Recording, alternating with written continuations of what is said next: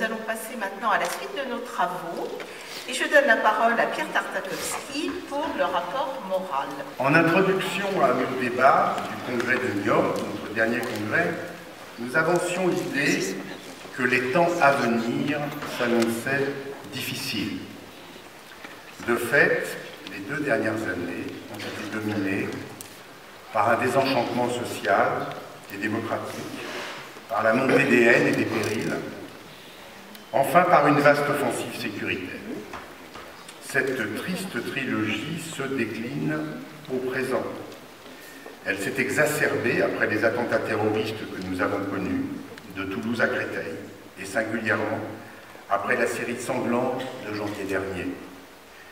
Car comme le dit sentencieusement Maître Yoda dans La Guerre des Étoiles, avec une sagesse qui doit beaucoup à Averroès, la peur mène à la colère mène à la haine est le chemin vers le côté obscur.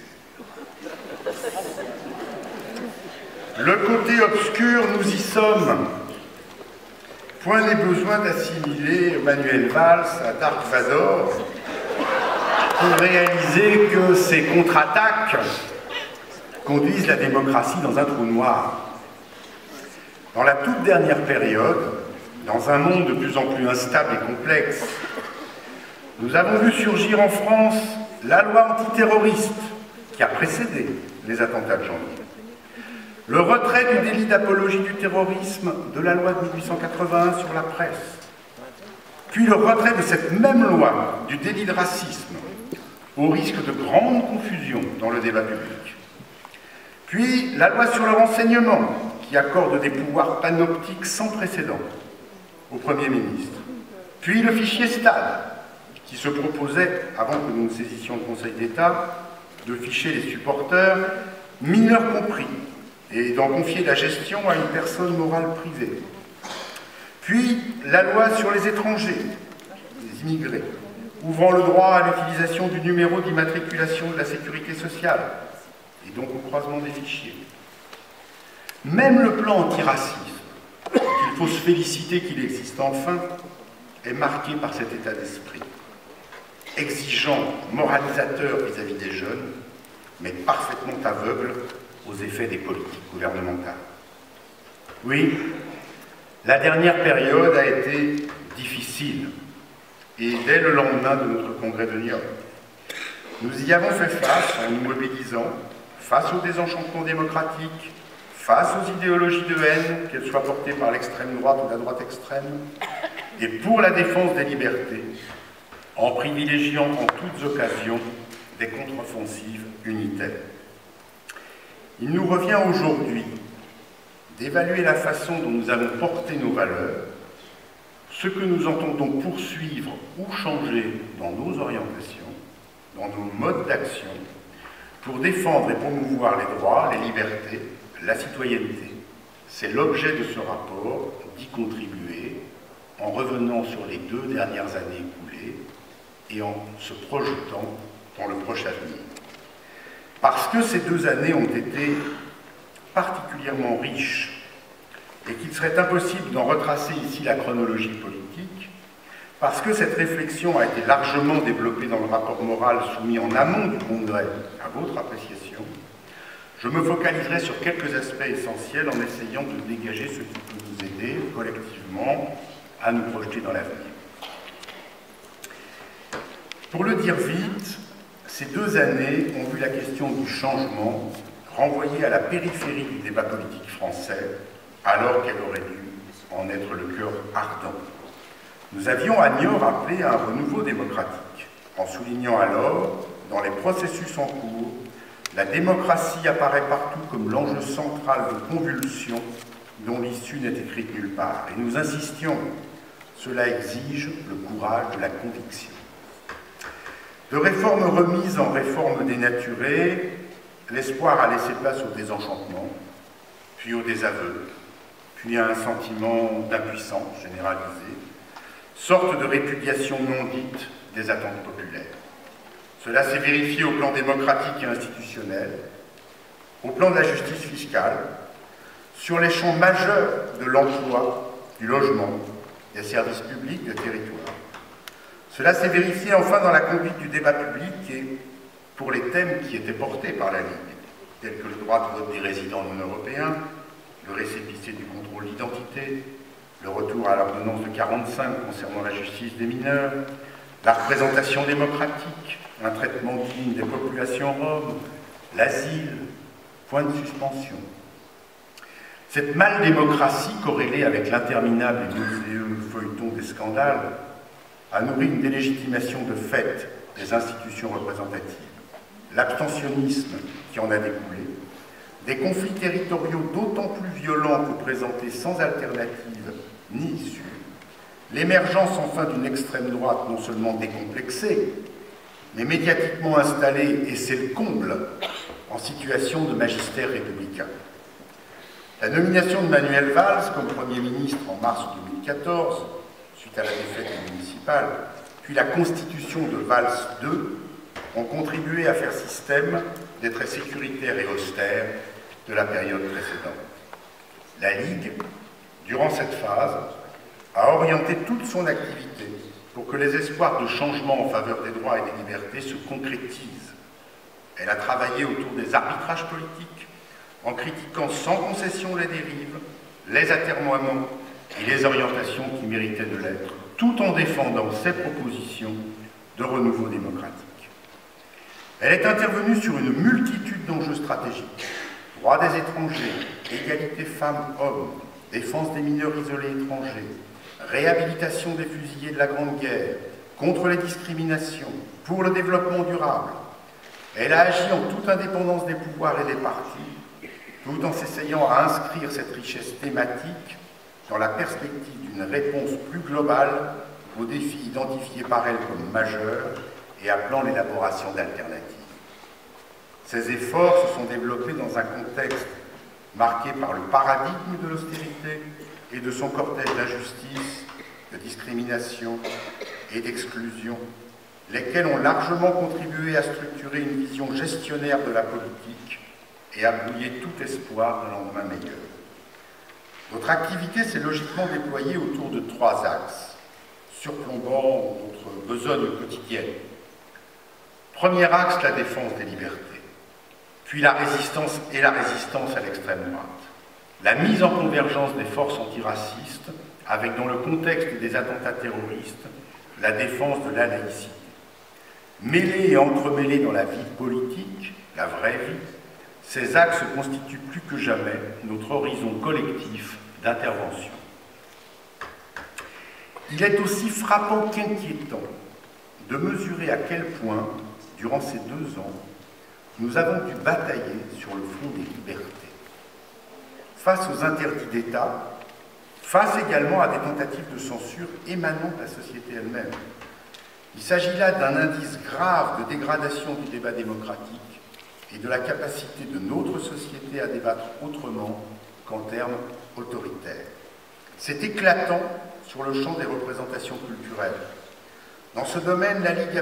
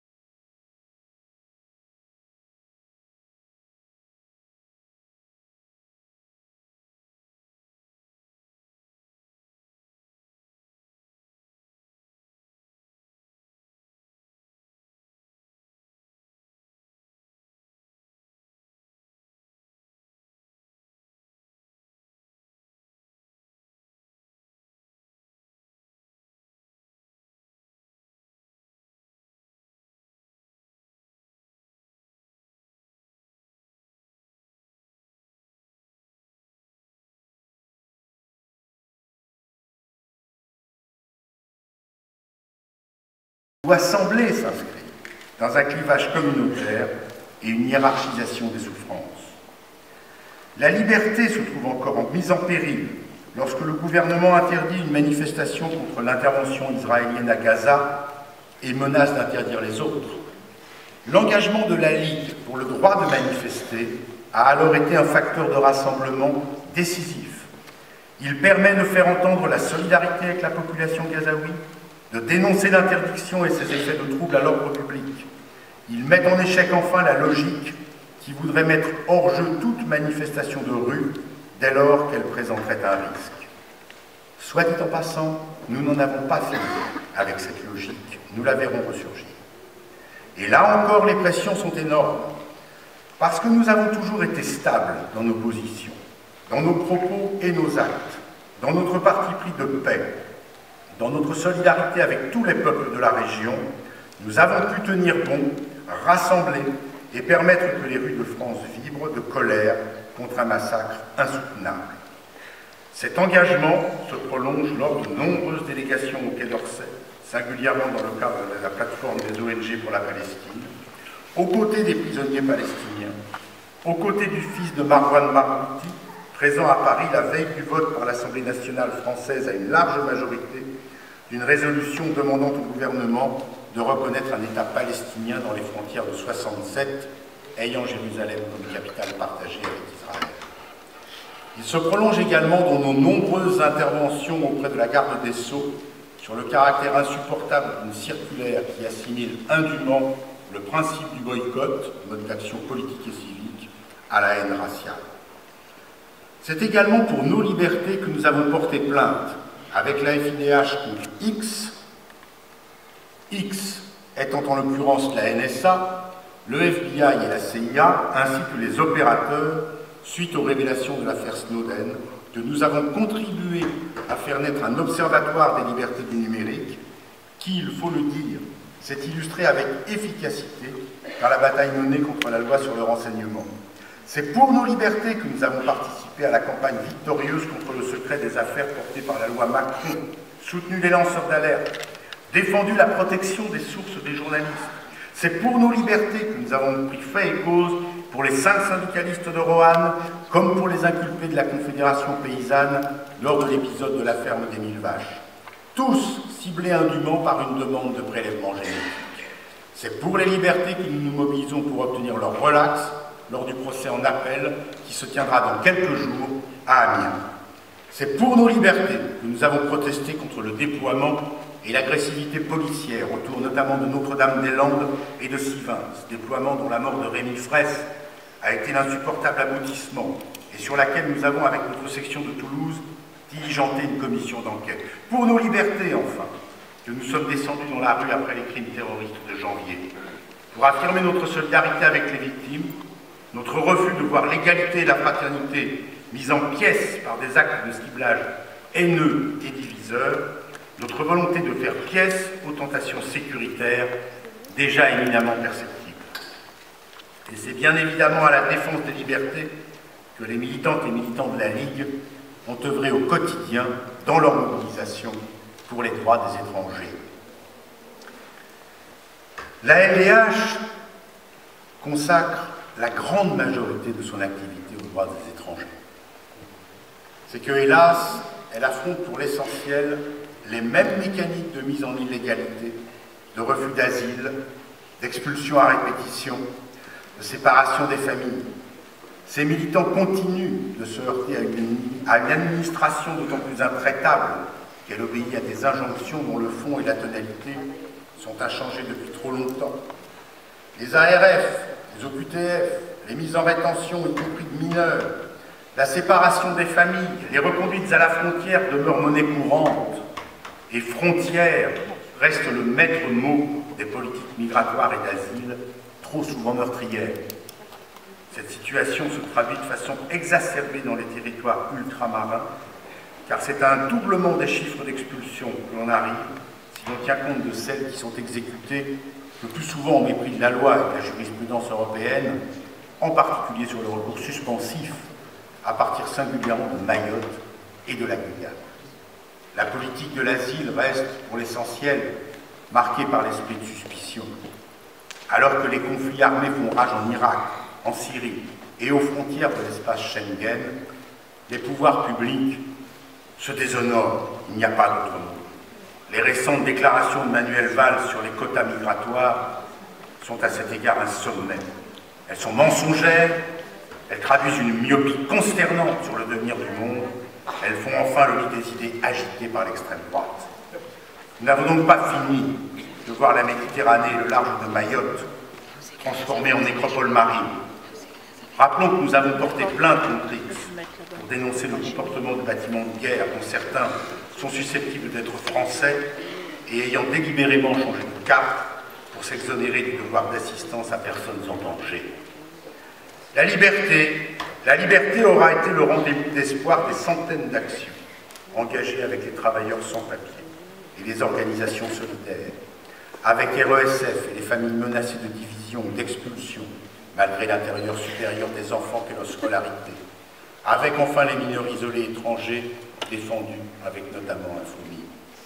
C'est pour la liberté encore que nous nous sommes mobilisés contre la mise en place par le gouvernement d'un projet de justice sur le tarmac, qui installe la salle de tribunal et avec elle la justice elle-même, à proximité immédiate des centres de rétention et des zones d'attente, plaçant ainsi les juges et les avocats dans une situation d'auxiliaire de fait ou d'apparence des forces de police en charge d'expulser.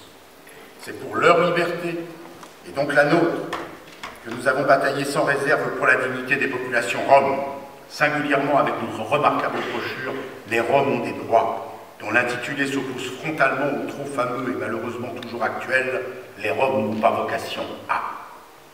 Avis donc à ceux qui en douteraient, les libertés sont à défendre, ici et maintenant, d'autant plus lorsque le débat public est menacé d'une montée hégémonique des idées d'extrême droite.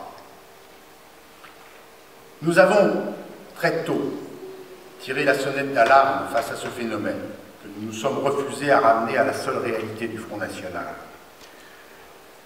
Du grand remplacement de Renaud Camus à l'antisémitisme de jour de colère, en passant par l'instrumentalisation de l'islam et de peurs familialistes et patriarcales lors de la journée du retrait de l'école, nous avons vu en peu de temps se constituer une ligne de front où s'opère la racialisation du débat public, la désinhibition de l'antisémitisme, la manipulation des mémoires victimaires, la stigmatisation des fraudeurs et des pauvres, la réhabilitation de hiérarchies soi-disant naturelles.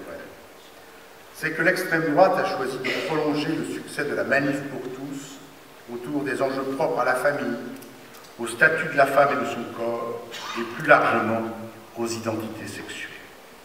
Ces thématiques et ces interventions visent plus largement à remettre en cause la notion d'égalité, tout en veillant à se présenter en défense de la République, drapée dans l'épi tricolore d'une pseudo-laïcité, ramenée à une seule dimension punitive et exclusive. Cette posture permet à l'extrême droite d'articuler sa vision du monde à des pratiques sociales, autour du contrôle des bibliothèques municipales, autour d'un ordre supposé dans les transports publics, autour des cantines, autour des entreprises et des organisations syndicales. Elles trouvent leur traduction dans les municipalités conquises par le Front National ou ses compagnons de route. Mais elles portent au-delà.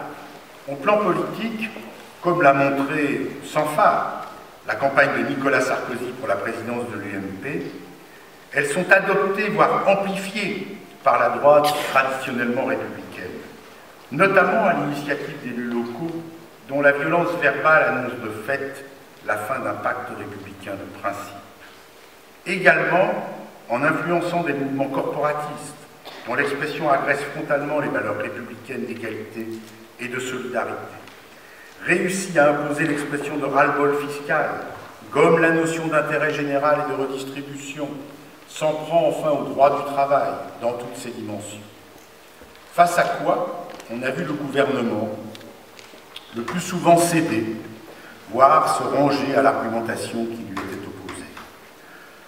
Le renforcement des contrôles de chômeurs par Pôle emploi en est le dernier exemple ô combien emblématique.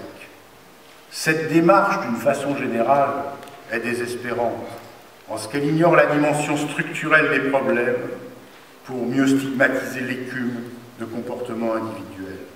Et tout ceci pèse évidemment sur la perception de l'opinion publique, qui depuis quelque temps manifeste un recul des valeurs de solidarité et de bienveillance, en même temps qu'une montée préoccupante de l'antisémitisme, de l'homophobie, du racisme, singulièrement sous sa forme islamophobe.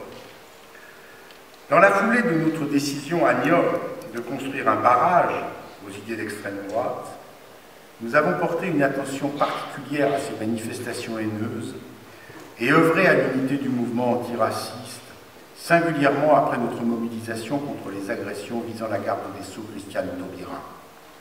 Cela s'est traduit par des relations plus resserrées entre la LICRA, le MRAP, SOS et nous-mêmes, et par une série de contacts positifs qui ont en partie inspiré notre initiative pour un avenir solidaire. Sur ce terrain, comme face à l'extrême droite, notre démarche vise à créer les conditions d'une riposte large et unitaire, l'une n'allant pas sans l'autre.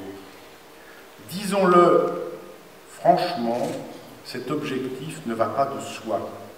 Il exige un gigantesque effort d'écoute, de dialogue, voire de diplomatie, pour convaincre que l'unité face au racisme ou à l'extrême droite est souhaitable et surtout possible, malgré les oppositions ou contradictions qui existent entre les acteurs ou les communautés.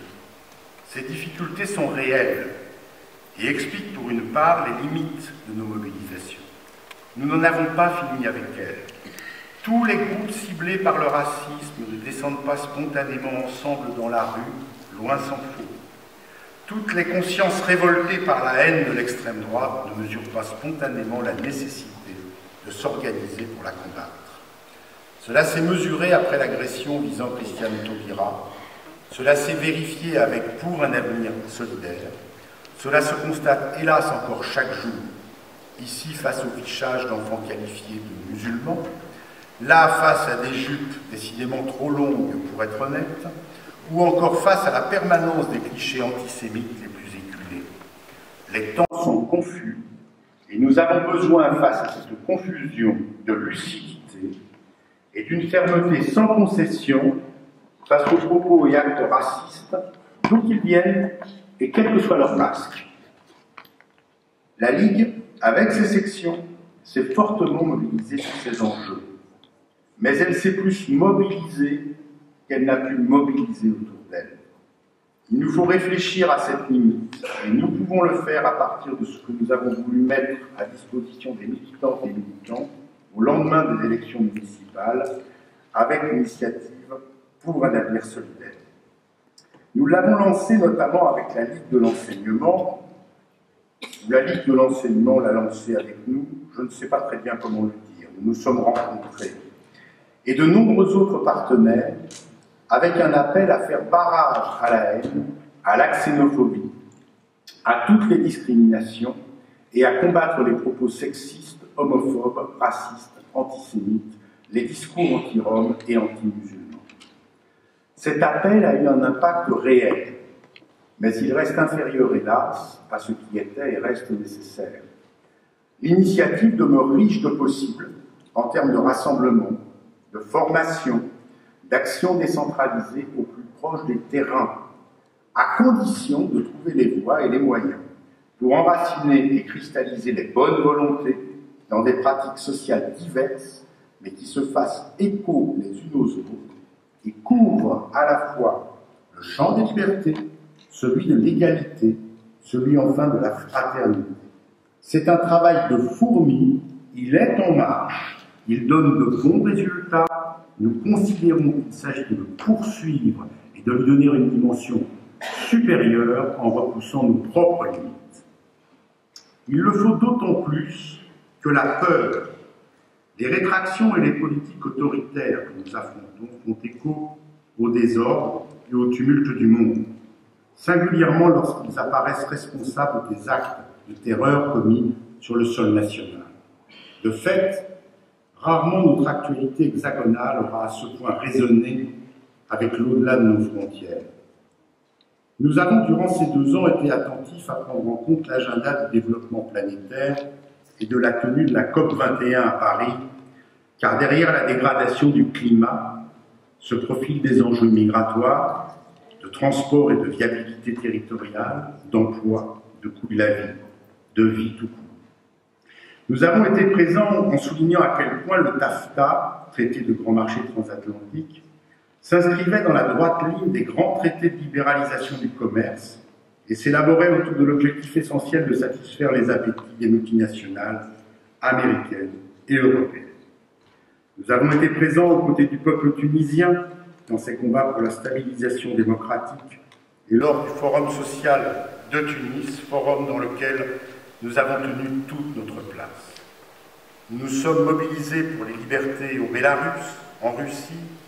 Nous avons éclairé les enjeux d'un conflit russo-ukrainien dont les peuples apparaissent otages de considérants de domination stratégique. Partout dans le monde, nous avons fait, ou nous avons tenté de faire, notre devoir de solidarité, interpeller les pouvoirs, qu'ils soient étrangers ou français, et nous l'avons fait en resserrant nos liens d'amitié, de travail et d'expression avec les internationales dont nous sommes partie prenante, l'AEDH, le REMDH et la FIDH. Nous sommes enfin intervenus à de multiples reprises face à la dégradation effroyable qui frappe un Moyen-Orient aux prises avec des États autoritaires, l'enracinement de guerres sans fin comme en Syrie et l'émergence sur fond de gestion politique catastrophique de l'Irak d'une nouvelle génération de forces terroristes avec Daesh. Nous l'avons d'autant plus fait que notre pays s'enfonce dans une stratégie strictement militaire contre le terrorisme, laquelle apparaît largement comme contre-productive et semble plutôt fonctionner comme un facteur d'essaimage que de contention. Au-delà de ces interventions et prises de position qui se sont suivies au fil de l'actualité, la question qui nous est posée est double. D'un côté, il nous faut savoir de quoi est faite notre activité et non pas nos positions internationales. Pour l'heure, mis à part quelques programmes formidablement bien menés, notamment en Afrique, nous nous contentons sans doute trop souvent de positions ou de manifestations. Mais quid de la solidarité concrète, sous toutes ses formes? Nous avons, je crois, beaucoup à progresser sur cette question. Et d'un autre côté, la séparation entre le monde et nous est à repenser profondément. Il faut de plus en plus penser la dimension internationale de chacun des problèmes auxquels nous vivons.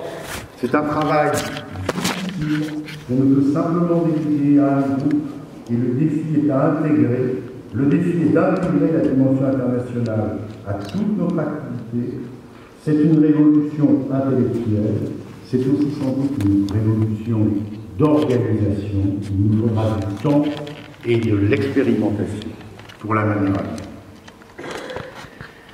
En Europe, les meurtres antisémites commis en Belgique, au Danemark, la décapitation d'Hervé Tourdelle et la montée en puissance d'une apologie du terrorisme sur les réseaux sociaux ont contribué à créer une situation politique nouvelle dans laquelle l'opinion publique exprime un besoin de protection vis-à-vis d'un djihadisme perçu à la fois comme la figure d'un risque global et d'un ennemi intérieur. Les attentats de janvier ont évidemment porté ce sentiment à un degré supérieur de défis sanglants lancés à la face de la République, de la liberté d'expression, de la laïcité et de la fraternité. Là encore, fidèles à notre démarche unitaire, nous nous sommes exprimés alors avec la LICRA, le MRAP et SOS Racisme, en soulignant aucune démocratie ne peut accepter de plier face au fanatisme, à la violence, encore moins quand elle est dirigée contre un de ses piliers, la liberté d'expression. Bien sûr, c'est dans le cadre de l'état de droit que doivent agir les forces de l'ordre. C'est aussi sans stigmatisation. La riposte a pris la forme d'une levée en masse, couvrant tout l'espace public. La Ligue, ses sections, en ont été partie prenante à un haut niveau. Ces manifestations ont dans leur ensemble exprimé le double refus de la terreur et de la peur, et un parti pris pour la liberté et la démocratie. Elles ont banni toute expression haineuse, tout rejet de l'autre, tout appel à la vengeance. Si imposture il y a, elle n'est donc pas du côté des manifestants, mais de ceux qui sont emparés de l'événement pour accentuer et légitimer leur politique sécuritaire. Reste que nous nous heurtons dans ce contexte une nouvelle fois à des phénomènes objectifs de fragmentation et à des stratégies d'existence identitaire. Pour nous, la levée en masse du 11 janvier a exprimé la condamnation résolue des attentats des 7 et 9 janvier et la solidarité avec les victimes. D'autres, qui ne s'y sont pas forcément reconnus, soulignent les caractéristiques socio-culturelles des participants et la jugent entachée d'islamophobie. Cette approche aboutirait à entrer dans le jeu voulu par les terroristes, visant à dresser une partie de la population contre une autre, à provoquer une rupture entre habitants d'un même pays, le rejet de l'islam dans une part importante de la population et une peur grandissante tant chez les musulmans que chez les juifs. La haine est le chemin vers le côté obscur. On le mesure en rappelant que le nombre d'actes islamophobes a littéralement explosé après janvier, atteignant en 2 semaines le niveau de toute l'année 2014. Nous avons donc devant nous des situations difficiles et des débats compliqués. Nous devons les aborder avec en tête l'idée que la mobilisation pour la laïcité en constitue un enjeu central.